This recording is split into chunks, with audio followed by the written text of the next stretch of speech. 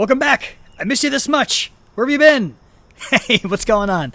So I wanted to build a little bit more. I had a couple thoughts after I got done with the video cast about fear. And I wanted to build off that just a little bit more because I think there's something that, obviously action cures fear, but consistency is king.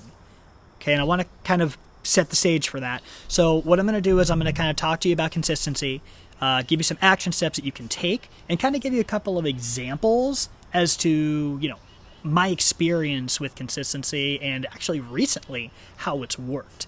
All right, so consistency is just consistent progress towards your goal.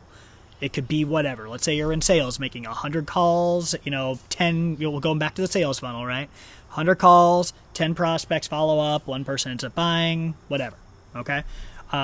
And now what happens, though, it's very interesting. I was in door-to-door sales selling insurance, doing this. Hi, would you like to buy some insurance? No, it didn't go exactly like that. But what happened was if I knocked on 25 doors this week and didn't knock on any the next week and then knocked on 5 the next week, nothing ever happened. There was no traction. All right? There was nothing moving. I mean, it was like I was spinning in place doing donuts, which would be pretty fun. But regardless, so it was basically spinning my wheels because I wasn't maintaining consistency. The way to succeed in any business is consistency. And whether you like it or not, a lot of people think, oh, I'm just going to buy a property and then that's it. I don't have to know anything about business. Garbage. Because owning properties is a business, regardless of whether you like it or not. All right, so one of the most important things in business is consistency. All right, so I'm going to give you action steps after I tell you about my experience with it.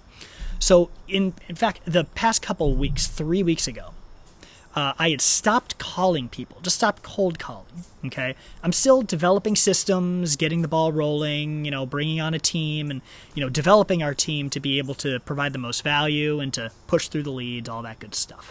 The whole business spiel, which we could go over too. It's always fun. But I had stopped cold calling. I had stopped calling people and saying, hey, listen, are you looking to sell your property? Well, what do you think happened over the next week and a half? Yeah, we didn't look at any properties because we weren't. I mean, we're sending out letters, don't get me wrong, and doing different types of things like that. But if I wasn't actively calling or doing something in the business, or at least have someone, on the team doing it, then the consistency has been thrown off and the wheels stopped turning. We're treading water, right? Or spinning our wheels. So what happened was I said, all right, cool. Last week I was like, screw this, let's go.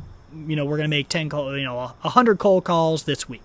Well, I only made like 50. But after that, we literally over the past 5 days have looked at, I believe it's like 20 properties. So just bringing that consistency back up got those wheels spinning. So action steps. Look at properties. If that's what you're looking to do, look at properties. If you're looking for stocks, look at stocks. Go back to the sales funnel video, watch it until it's drilled into your skull, because that consistency is going to help you to find the investments that's going to put you where you want to be.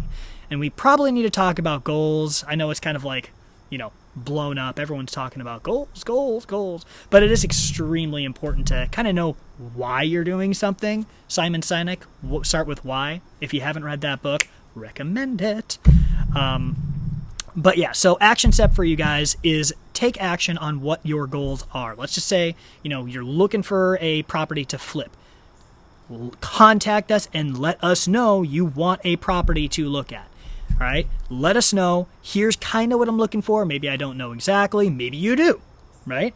In our previous video, I told you we're looking for properties that are a minimum of $30,000 for a flip.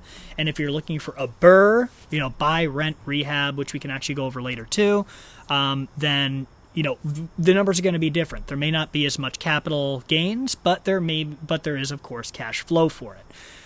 So it just depends on what you're looking for. Anyway, guys, if you have any questions, reach out, take action, look at properties today.